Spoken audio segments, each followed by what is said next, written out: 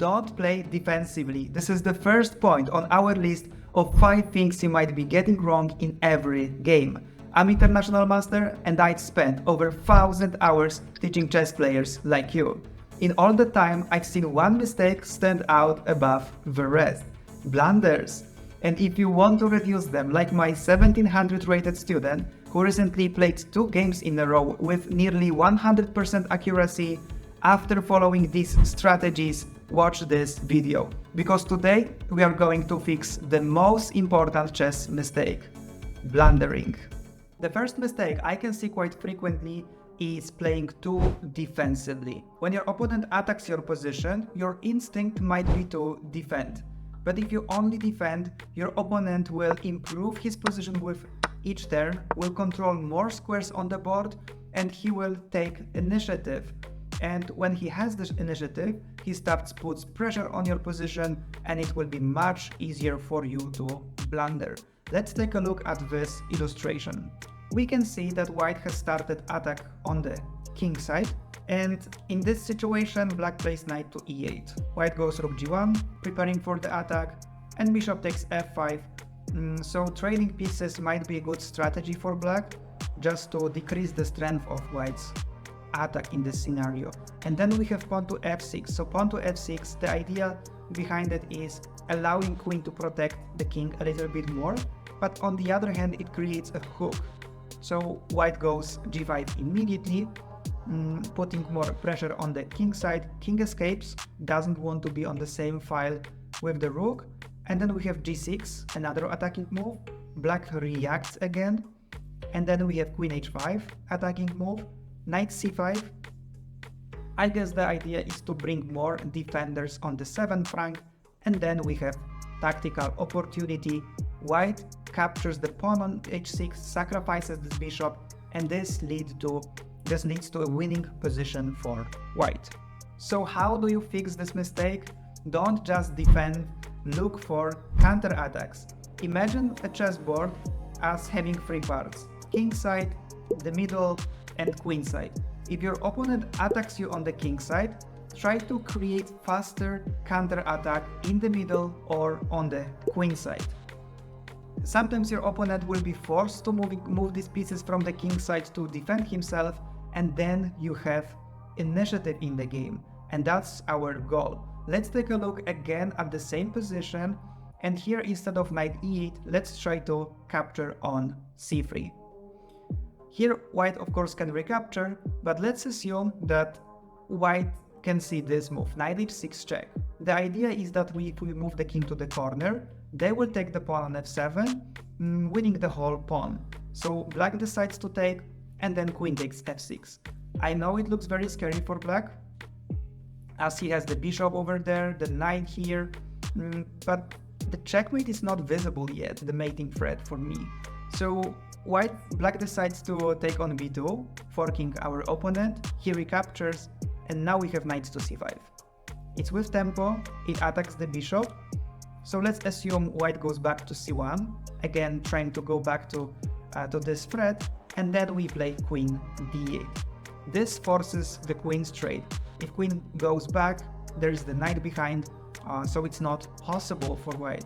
There are also no other squares for the queen, everything is well protected by our pieces, so he will take the queen, we take back, and now let's take a look at this. Even though our pawn structure is ruined around the king, the attack is not so strong anymore for white because the queens are not on the board anymore.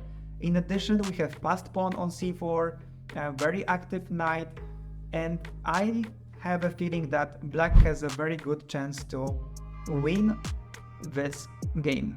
But that's just one piece of the puzzle. There is another crucial mistake that players make, and if you miss it, you might still find yourself losing. Let's move on to that next. In this chapter, I've got a special gift for you, but first, let's learn how to avoid blunders by hyper-focusing on threats. Here's the simple 2-step process.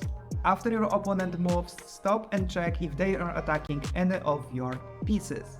Let's take a look at this example. So here black plays pawn to c5, it attacks the pawn on d4, it opens up the queen. We can see immediate attack here, so we play pawn to d5, and then knight to d7. Knight attacks d squares, everything is safe in our position, so we play bishop e3, and then black plays knight g4. Why does he play this move? He wants to attack our bishop. Knight g4 also opens up the dark square bishop, so he has opportunity to capture the knight on c3. And that's the first step. Let's move on to the second step. This is where many players struggle the most. So before you play your own move, try to visualize any potential threats that could happen. Let's take a look at this example.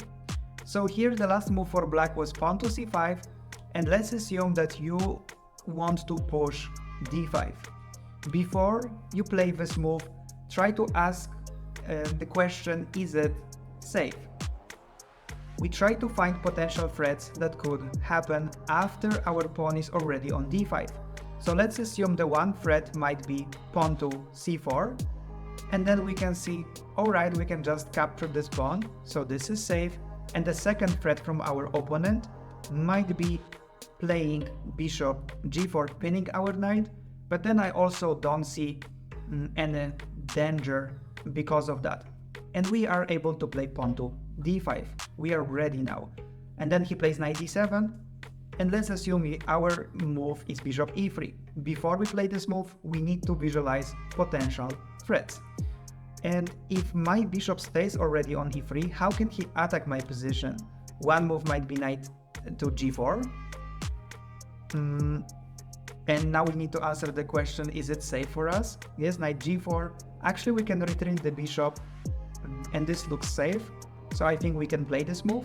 And the second threat might be, for example, pawn to e6, challenging our pawn, but our pawn is well defended on d5, so everything is safe.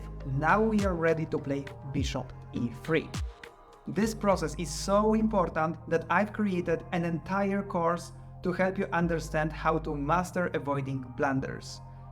You will learn not only this two-step process, but also how to apply it in real games. And as a gift, at the time I'm recording this video, you can get access to it completely free. Just click the link in the description. Another mistake that leads to blunders is getting stuck in the opening while your opponent has already moved into the middle game. The solution I'm about to share with you is very simple, but before we get to that, let me explain. If your opponent has more pieces on the board, he has a really big advantage. He has more opportunity to find some tactical forks, pins, discovered attacks, and more. Black hasn't castled yet, the king is still in the middle, the rooks are not developed together with the bishop, while in white's position, all the pieces are already active. And now we can see that the rook is on the same file with the queen and the opponent's king. It means that there might be some tactical opportunity. In addition, there are some checks here, maybe some very strong attacks on this diagonal, and white definitely has a really big advantage in the position. So don't fall behind. You don't want to leave your pieces on the back rank for too long. The key is to follow the opening principle. Don't move the same piece twice, fight for control of the center, castle early, and bring all your pieces into the game as fast as possible. Now we've talked about the importance of development, but what happens when you get tunnel vision and only focus on your plan?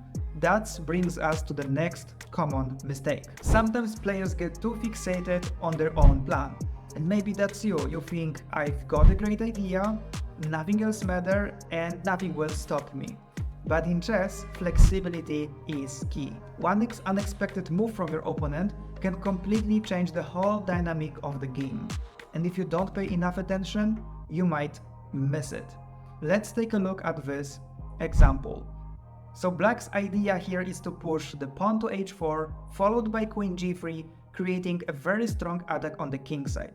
The only problem is that black has realized that after they play pawn to h4, white can play knight g4 and place the knight in a very strong square. From g4, knight attacks the dark square bishop and also blocks the idea with queen g3. And because of that, black you thought, okay, how can I avoid all of that and still like continue with my plan? And they decided to take on f2, rook takes, and then take pawn to h4. But the position is a little bit different because now we don't have our dark squared bishop and we have less pieces to attack our opponent. Now white can play just king h1, rook f1, and the position is completely safe.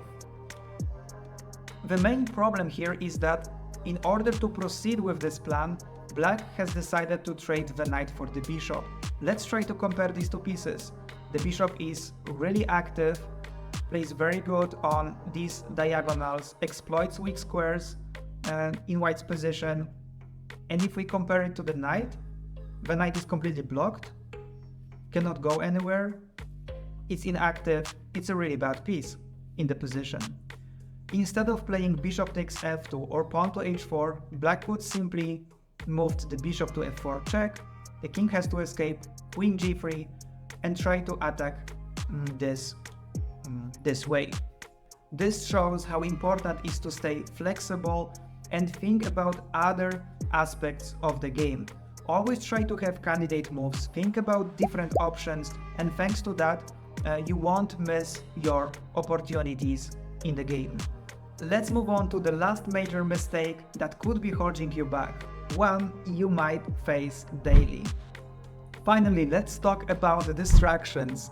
In today's world, it's so easy to lose focus. I clearly remember times when I picked up my phone to find one specific piece of information, and after 10 minutes later, I'm reading something completely unrelated, trying to remember myself why I even grabbed my phone at first place. I'm curious if you had a similar experience. And if we play chess, distractions are our enemy. If you want to be serious about your improvement, you need to block out the noise. Ask yourself, do you want to dedicate your time playing chess, having fun with your hobby? And if answer is yes, here are a few simple ways you can be more focused. Put your phone on silent mode.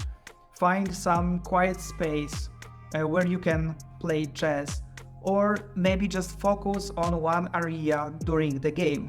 For example, in this game I will focus on predicting opponent threats. Or for example, I will try to find more weak pawns in opponent's positions. This also should help you staying more focused. But most importantly, start making these changes today. Just choose one solution, implement it, and you will already be making a huge step toward improving your game. If you apply these tips, you will see huge improvement and far fewer blunders in your games. But to really master this and make sure blunders become a thing of the past, remember to check out my course on avoiding blunders. It's full of insights, real game examples, and exercises. This might be the fastest way to improve your rating, and now it's completely free. Click the link in the description to get instant access. Don't miss out on this opportunity. Thank you for watching, have a great day, and I will see you inside the course.